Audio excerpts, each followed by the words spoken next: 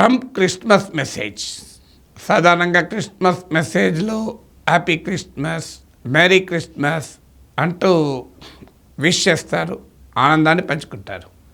కానీ Trump Christmas message to Canadian prime minister Justin Trudeau డెఫినెట్గా చాలా ఆసక్తికరం. ఎందుకంటే ఇటీవల కాలంలో పదే పదే గవర్నర్ ట్రూడో అంటూ ట్రంప్ సంబోధిస్తున్నాడు. ప్రైమ్ మినిస్టర్ ట్రూడో అనడు. గవర్నర్ ట్రూడో అంటూ మీరు 51వ రాష్ట్రంగా 51st స్టేట్గా అమెరికాలో కలిపేయండి అంటూ ట్రూడోను అవమానిస్తూనే ఉన్నాడు. ఎందుకు అవమానం అంటే ఏదో మొదటిసారి అంటే ఇంటిమసీతో జోక్ చేశాడు అనుకుందాం.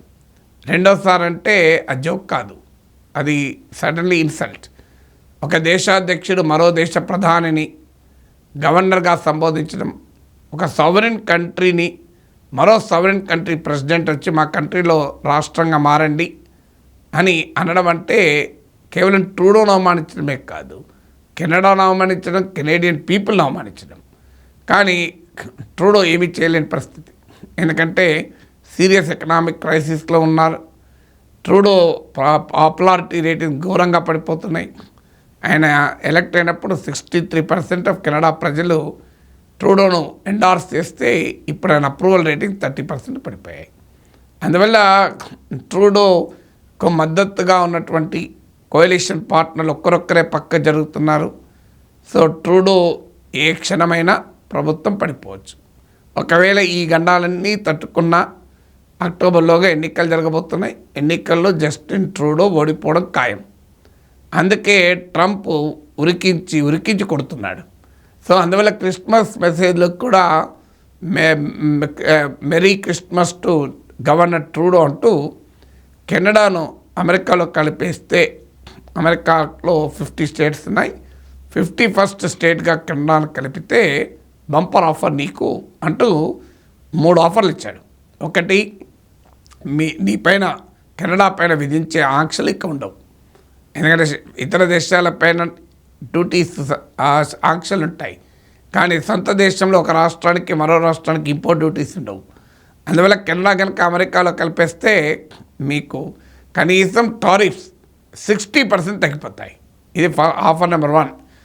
ఆఫర్ నెంబర్ 2 ఏంటంటే మీ బిజినెసెస్, కెనడా బిజినెసెస్ వెంటనే డబుల్ అయిపోతాయి.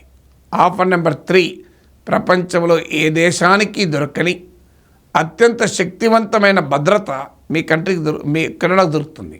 ఎందుకంటే కెనడా అమెరికాలో భాగమైతే అమెరికన్ సెక్యూరిటీలో భాగమైపోయినట్లే కదా.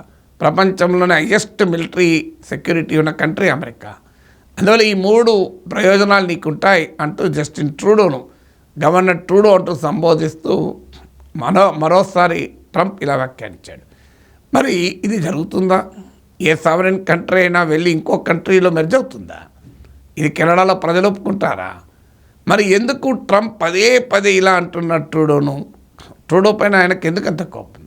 ఒకటి ట్రంప్ నేచర్. ట్రంప్ ఎప్పుడు ఏం మాట్లాడతాడో తెలియదు. ఫ్రెండ్, ఫో అనే తేడా లేదు, మిత్ర దేశము ప్రత్యర్థి దేశం అని తేడా లేదు. ఎవరితో ఎప్పుడు ఎలా ఉంటాడో తెలియని ఒక అన్ప్రెడిక్టబుల్ పర్సన్ ట్రంప్. దాంతోపాటు ఎలాంటి మొహమాటము లేకుండా ముఖం మీద తాను నోటికొచ్చి చెప్పేస్తాడు.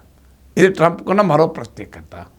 ట్రంప్కు ఈ ప్రత్యేకతతో పాటు ట్రూడోను ప్రత్యేకంగా ఇన్సల్టింగ్గా టార్గెట్ చేస్తానికి ఒక కారణం ఉంది. ఏదో ఇండియా మీద ప్రేమతో చేస్తున్నా అనుకోకండి. ఎందుకంటే ఇటీవల ట్రూడో ప్రభుత్వం సిక్ ఖలిస్తానీ తీవ్రవాదుల పట్ల వ్యవహరిస్తున్న తీరు మనందరికీ తెలుసు. అమెరికాలో ప్రెసిడెంట్ ఎవరున్నా ఖలిస్తానీల పట్ల, పాకిస్తాన్ పట్ల ఇలాంటి అంశాల్లో తేడా ఏమి ఉండదు విధానాల్లో. కానీ అసలు ట్రూడోకు ట్రంప్కు ఉన్న సమస్య ఏంటి? ఇంతకుముందు చెప్పిన మొదటి నార్మల్ ట్రంప్ క్యారెక్టరే కాదు, ప్రత్యేకంగా ఇన్ రిలేషన్ టు ట్రూడో కొన్ని సమస్యలు ఉన్నాయి. మొదటి సమస్య ఐడియాలజికల్ డిఫరెన్స్. ట్రంప్ ఏమో highly conservative leader, anti minority, racial domination కోరుకునేవాడు. ట్రూడో ఏమో లిబరల్గా ప్రొజెక్ట్ చేసుకుంటాడు, ప్రో మైనారిటీ, LGBTQ వాళ్ళకు అనుకూలం. ఇలా మైండ్ సెట్లోనే తేడా. ట్రంప్ కన్జర్వేటివ్ మైండ్ సెట్ ఉంటే Trudeau too liberal, over liberal mind set. So ఎక్కడి దాకా లిబరల్ అంటే భారతదేశంలో తీవ్రవాదులను ప్రోత్సహించే వారికి కూడా మా దేశంలో ఫ్రీ స్పీచ్ ఉంటుంది, ఎవరైనా ఏమైనా మాట్లాడుకోవచ్చు అంటూ వ్యాఖ్యానించాడు. అందువల్ల ఇది మొదటి సమస్య. రెండవ సమస్య ఏంటంటే ట్రూడోకు ట్రంప్ రైవల్ అయిన బరాక్ ఒబామా మంచి మిత్రుడు. 2019, 2021 ఎలక్షన్స్లో బరాక్ ఒబామా బహిరంగంగానే పబ్లిక్గానే ట్రూడో క్యాండిడసీని అభ్యర్థిత్వాన్ని సమర్థించాడు. సో తన శత్రువు మిత్రుడు కనుక తనకు శత్రువు, minus into plus minus, plus into minus minus. అందువల్ల enemy's friend is also enemy అని ట్రంప్ బహుశా ఆల్జిబ్రా ఈక్వేషన్ వేసుకున్నట్టున్నాడు. అందుకే బరాక్ ఒబామా మిత్రుడైన, తన శత్రువైన బరాక్ ఒబామా మిత్రుడైన ట్రూడో సంగతి తేలుస్తామంటూ మొదలయ్యాడు. ఇది బహుశా రెండో కారణం. మూడో కారణం అంతర్జాతీయ పరిశీలకులు పర్సనల్గా కూడా ఇద్దరి మధ్య పంచాయతీ ఉంది అంటున్నారు.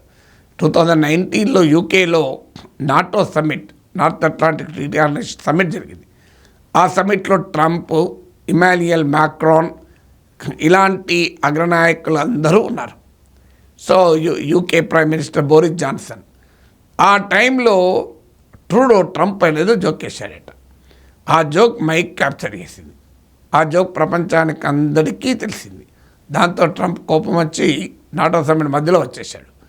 అందువల్ల పర్సనల్గా నీవు నా మీద జోక్లు వేసి నన్ను అవమానిస్తావా, ఇన్సల్ట్ చేస్తావా, నీ సంగతి ఏంటి, అందులో నువ్వు చాలా వీక్ పొజిషన్లో ఉన్నావు, నేను స్ట్రాంగ్ పొజిషన్లో ఉన్నాను అంటూ గవర్నర్ ట్రూడోను పదే పదే అవమానిస్తూ వస్తున్నాడు. సో కానీ ఒక దేశాధ్యక్షుడు, దేశ ప్రధాని ట్రూడో మంచివాడా చెడ్డవాడా తర్వాత సంగతి. బట్ ఒక సావరిన్ కంట్రీ పైన మరో కంట్రీ ప్రెసిడెంట్ మా దేశంలో కలిపేసుకుంటాం, కలవండి, కలిపేయండి అంటూ అడగడం ఏ ఇంటర్నేషనల్ లా, ఇంటర్నేషనల్ రూల్స్ ఒప్పుకోవు.